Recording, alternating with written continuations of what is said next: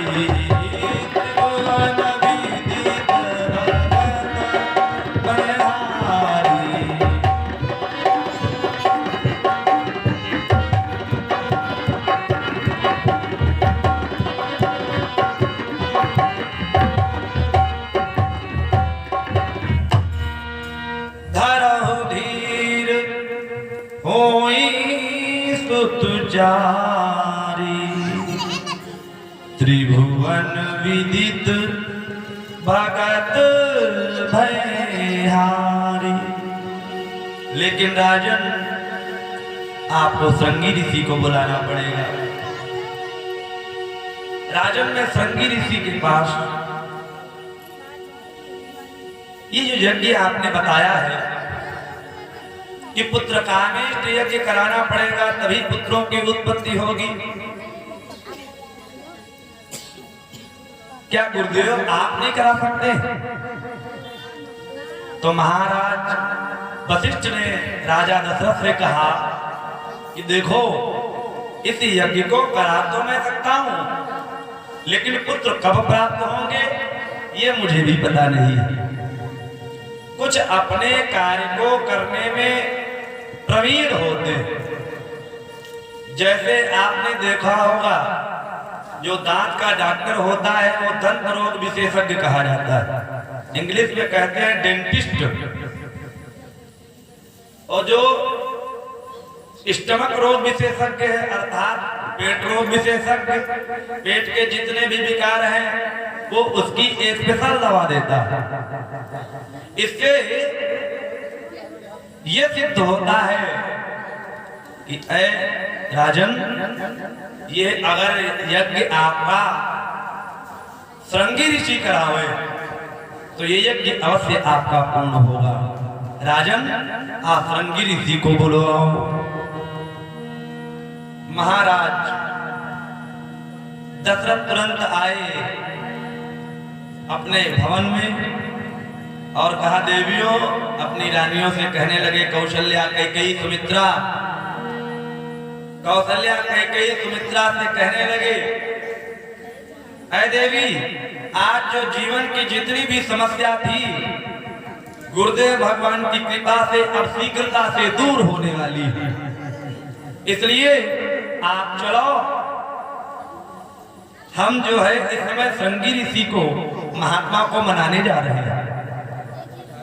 ठीक है, मनाने हम जा रहे हैं। महाराज दशरथ इस समय पोशाक पहने हुए, भाई चक्रवर्ती सम्राट थे तो किसी प्रकार की कोई चिंता या कोई कमी तो थी नहीं। महारानी कौशल्या हाथ जोड़ करके खड़ी हो गई और कहने लगी, राजन, ये जो आप महात्मा को मनाने जा रहे हैं, एक संत के पास में ये इतना जो राजसी पोशाक पहन करके जा रहे हो, राजा के पास महात्मा के पास में, ऋषि के पास में, संत के पास में ये जो राजसी पोशाक पहन करके जाओगे तो शायद महाराज श्रृंगी ऋषि उस समय प्रसन्न न हो। उनके दिमाग में कहीं ये भाव आ गया कि आप तो राजा हैं, हमको धन के लोभ में ले चल रहे हैं। महाराज दशरथ बड़े प्रसन्न हुए, कहा रानी हम जानते तुम ये चाहती हो कि ये राजसी पोशाक का परित्याग कर दे। धन्यवाद, मैं इस राजसी पोशाक का परित्याग करता हूं। तब तक ये जो रानी कैकेयी है ना, ये जो कैकेयी रानी है, ये कहने लगी